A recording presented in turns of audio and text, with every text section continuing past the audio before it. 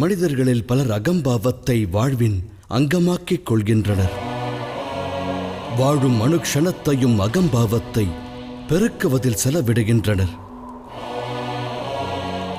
ஆனால் அகம்பாவத்தின் உண்மை பொருள் யாது?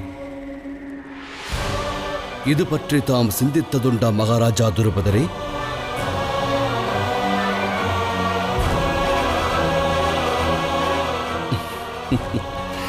இல்லை. அது குறித்து சிந்தித்திருந்தால் ஒரு சத்தியம் தமக்கு விளங்கியிருக்கும். அகம்பாவம் கொண்ட மனம் அடுத்தவர் மரியாதையை எதிர்பார்த்திருக்கும். மற்றவர் அனைவரும் தனது புகழையை பாட வேண்டும் என்று அது ஆசை கொள்ளும். தன் சக்தி பற்றி சகலரும் பெருமிதம் பேச அது தினம் ஏங்கும்.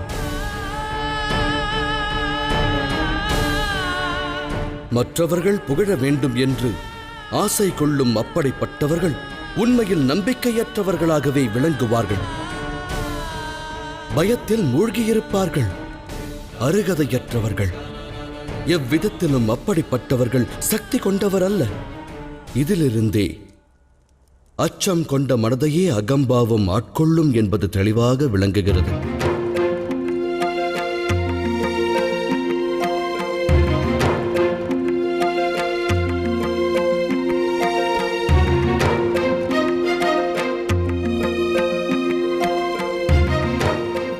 மகாராஜா, உண்மையில் அகம்பாவம் என்பது பயம் என்பதன் மறுவடிவம்தான்.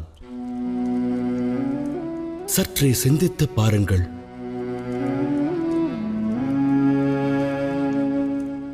மகாராஜா, பயம் என்பது இதயத்தின் காராகிரகம். அகம்பாவம் அந்த சிறையின் விலங்காகும்.